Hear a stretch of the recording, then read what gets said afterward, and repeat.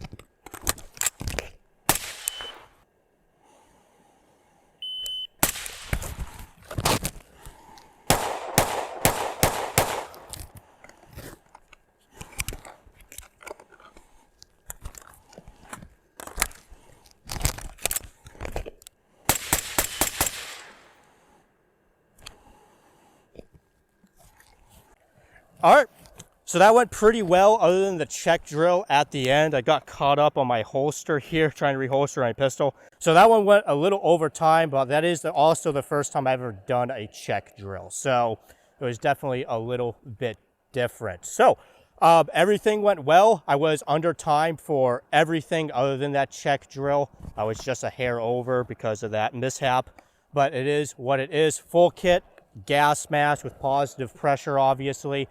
That was a lot of fun. All the hits were good. And yeah, so thank you so much to GBRS for this rifle standard. It's a pretty good rifle standard. I think it's something you guys should do on the range as well. Anyways, I hope you found this video helpful and informative, or at least entertaining. If you did, please like and subscribe. Also consider joining my Patreon.